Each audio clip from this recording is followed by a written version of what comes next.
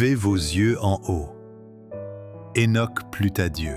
2 août. Hénoch marcha avec Dieu, puis il ne fut plus, parce que Dieu le prit.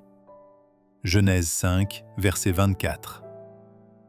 Dieu eut son Église lorsque Adam et Ève, ainsi que leur fils Abel, acceptèrent et saluèrent avec joie la bonne nouvelle que Jésus était leur Rédempteur.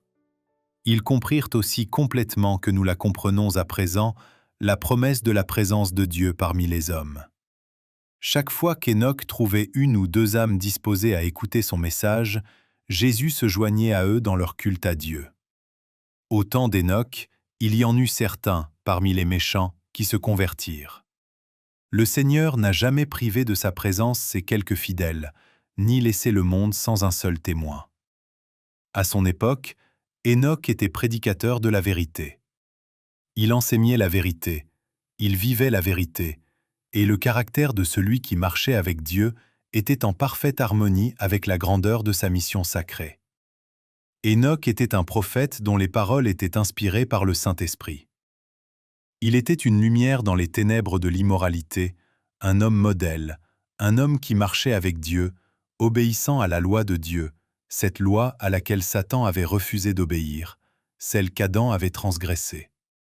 Abel aussi s'y était soumis, et cette obéissance avait causé sa mort. Maintenant, Dieu démontrerait à tout l'univers que l'accusation de Satan était fausse et qu'il était possible à l'homme d'observer ses commandements.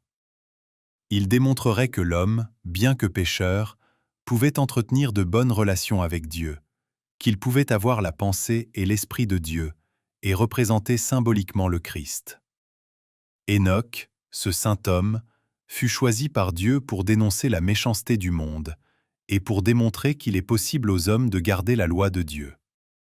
Non seulement Hénoch méditait, priait et se revêtait de l'armure de la vigilance, mais il revenait de ses intercessions auprès de Dieu pour exhorter ses semblables. Il ne cherchait pas à déguiser la vérité pour obtenir des faveurs auprès des incroyants en négligeant leurs âmes. Ses rapports étroits avec Dieu lui donnaient le courage d'accomplir l'œuvre divine. Hénoch marchait avec Dieu et il avait reçu le témoignage qu'il était agréable à Dieu. C'est aussi le privilège de chaque croyant aujourd'hui. L'homme demeure en Dieu et Dieu demeure parmi les hommes. Moi en eux et toi en moi, a dit Jésus.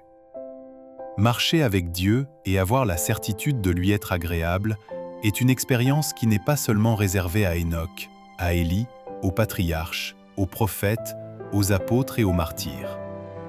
Ce n'est pas seulement le privilège, mais c'est aussi le devoir des disciples du Christ de garder Jésus précieusement dans leur cœur et de l'emporter avec eux dans leur vie. Ils seront alors vraiment des arbres portant du fruit.